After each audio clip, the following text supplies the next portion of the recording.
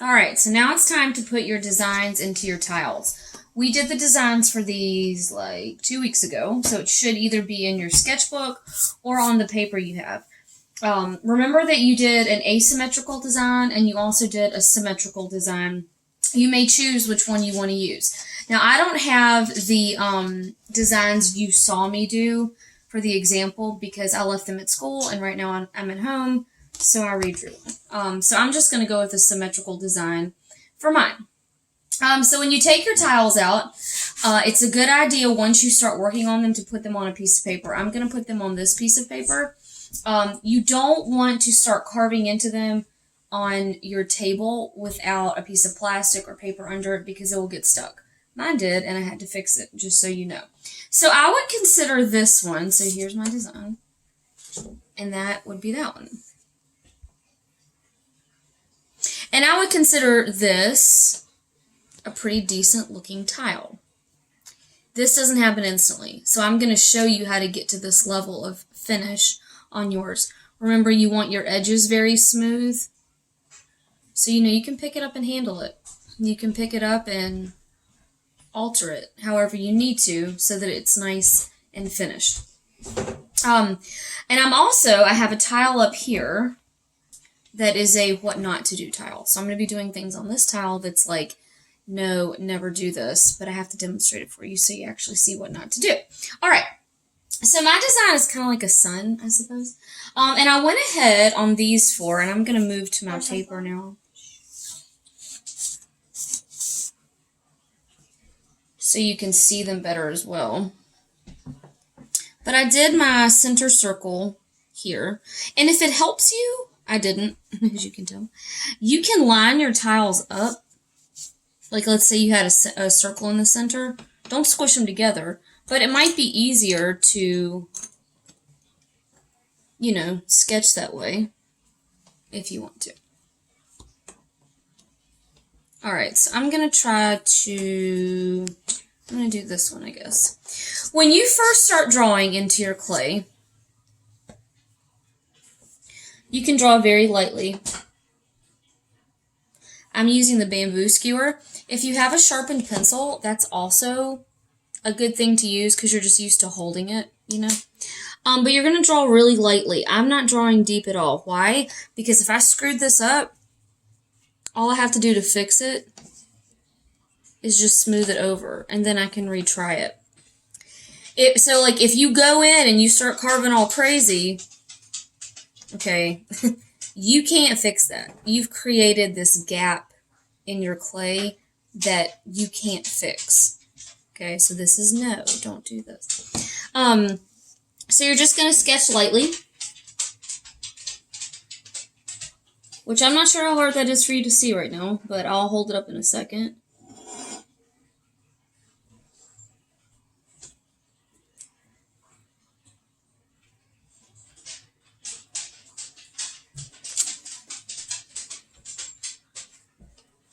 Hear Luke in the background. Everyone say hi to Luke. Thanks for being noisy while making a video.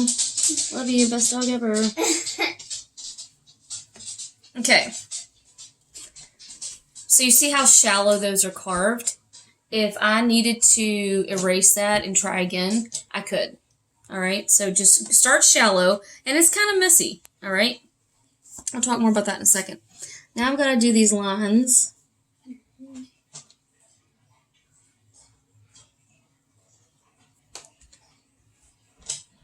See, and I messed that up.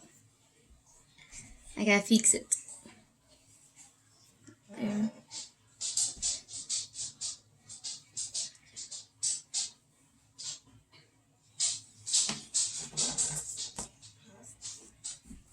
I don't like that, so I'm gonna pause the video and redo it. Alright, so there, that looks better. And then you see I have these circles right here. So we're going to get to those later, but I'm not forgetting about them, just so you know. Once you have your design looking how you want, you've corrected any mistakes, you fixed what you don't like, now you can carve a little bit deeper. Let me warn you about that, though. This is the bad tile, the no tile. So let's say I'm going to carve over here. If you carve really far into your clay, You're like, oh, it's fine, I didn't carve all the way through. But what you've done is you've basically perforated this clay. And it's so little clay now holding it together underneath here. When this dries out, I can almost bet you money that this is going to break off because it's so thin. So, you want your designs to be noticeable, but you should not be carving super far into your clay because it's just going to break. All right. So when you go over your designs, they should be deeper than this, because if you don't carve deeper than this, once we glaze these, whenever we glaze these, your glaze won't show up. But when you are carving into clay, you're actually, you can see it right here, you're picking up, you're moving your clay. You're displacing your clay. So you want to, like when I'm going to go through this line here, see that? You got to pull that stuff off, okay? And I'm going to create a little pile here, and you'll see, this is all what I've been doing, just how much clay you're actually removing. And if you don't pull it off of here when you go to make your next line, it's just going to mess up your next line. See?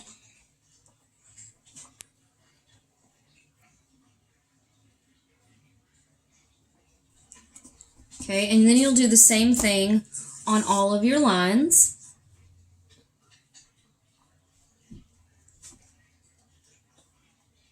And I don't really have a technical term for this. I just pull off the gunky stuff.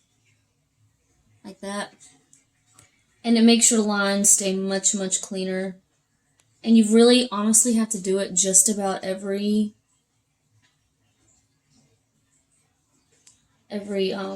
pass you make through the line.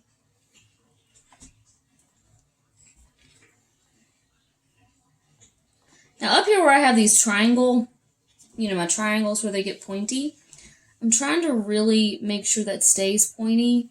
So instead of just dragging all the way through, I'm sure you noticed I came up, pulled away the gunky stuff, came back down.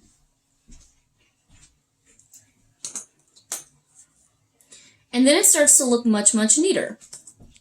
However, you're still going to have sometimes these little crumbly pieces on your clay. A couple things here. If we left it like that and it dried out, those will actually just brush off. So they're not super concerning or to worry about. They do drive some people crazy. So if it drives you nuts, you can just take your finger and kind of smooth them away from your line. You wouldn't want to smooth them into your line because you'll start to fill your line back in. But you can get rid of those. It's just a very light touch to get rid of them. And I have some students, and maybe you're one of them, that stuff drives them nuts. So if that's you, that's how you can fix it. And remember, you want your surface to be as smooth as possible, because when we do get to glaze them, hopefully, when you guys come back, the smoother your surface, the smoother your glaze will appear. So it's important to take your time with those things. So I'm just going to take a few minutes here and clean up my lines, and then I'm going to show you how to get your surface even more smooth. All right, so now, way to get your surface even smoother. A lot of things you do want to do by hand. Okay, so if you have, I don't know if you can see it, I have kind of like a glob of clay right there. I'm really not even sure where it came from. But I'm going to try to just press that in and smooth it over by hand. A lot of things you can do by hand much easier. So try to do as much as you can. But I know these are kind of small, and you're working in some small areas. So another thing you can do is take your paintbrush, tiniest bit of water, tiny, tiny, tiny. And you can use your paintbrush now and use the water to smooth your tiles even more in the various sections. I'm trying not to cast a shadow on myself.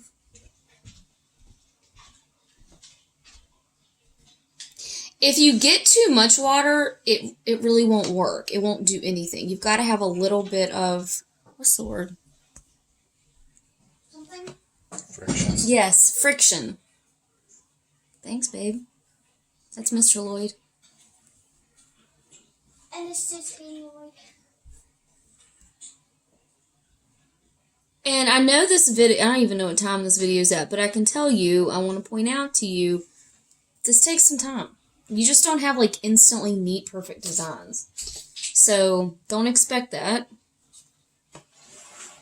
It's a definite process, just like everything with art and everything with clay. And if you're thinking right now, oh, you make it look so easy. Darling, I've been doing it for 12 years, so I've had a little bit of practice. I mean, I'm old. I'm fixing to be 37. Blech! It's disgusting. So, and then if you need to, like I just want to clean that line up a little more, it's a little bit of back and forth. Back and forth, adding water, cleaning up your lines, being really careful if you have small detailed areas.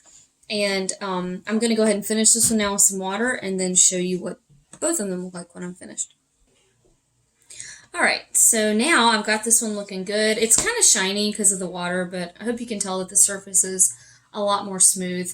And now we're going to add these dots. So you can tell that my dots there are pretty daggone perfect. And that's because I used something to press into my clay to make them instead of trying to draw a perfect circle. And I used this pencil eraser.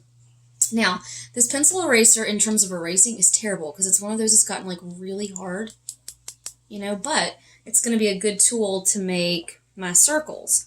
So on this line I have 3, 2, 1. So I'm going to press a little at first and you can sort of remove it and see. I think I want to make that a little deeper. 1, 2, 3.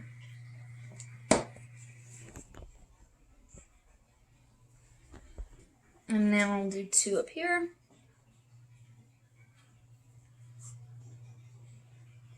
Sometimes instead of just pressing all the way, you can twist whatever you're using.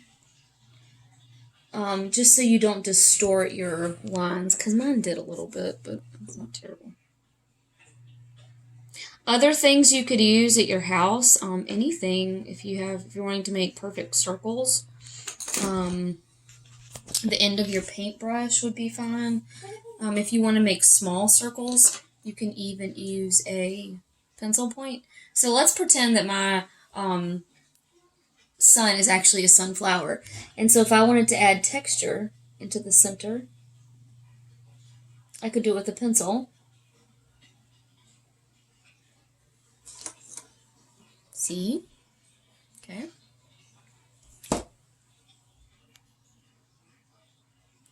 So when you begin to do this, remember, you don't want to carve too deep at first so that you can correct mistakes. Once you have your lines looking the way you want them to look, you still don't want to carve, 75% of the way in, because that's going to happen, okay? And you just want to make sure everything is as smooth as you can get it. Because like I said, when we go to glaze, the smoother your surface, the smoother your glaze will look. So I could do like that, if I wanted a little texture there. Okay? So then I'll go ahead and finish these 2 tiles, and I'll take a picture of it when it's done, and I'll put it in the PowerPoint. The last thing, though, while your clay is still wet, on the back, I want you to put your initials, carve it in. It doesn't necessarily need to be as, deep or neat as your designs, but I want you to put your initials and your block. So let's just pretend this is A3. Because when you bring these back and I fire them, I'll need to know whose is who. So do it on every tile. That way, if they got separated in the firing process or whatever, it's really easy for me to get them back to the right location. You have to do this now because once your clay dries out, you really don't want to be trying to put pressure on it or carve into it. Once these dry and are in the bone dry stage, you really just want to leave them alone. So make sure you get those carved in. Now, we're going to try an experiment. So, Katie right now is watching Pennywise videos on her tablet underneath the art desk.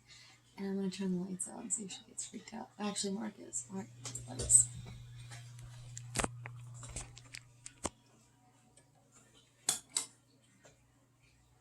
Dang it.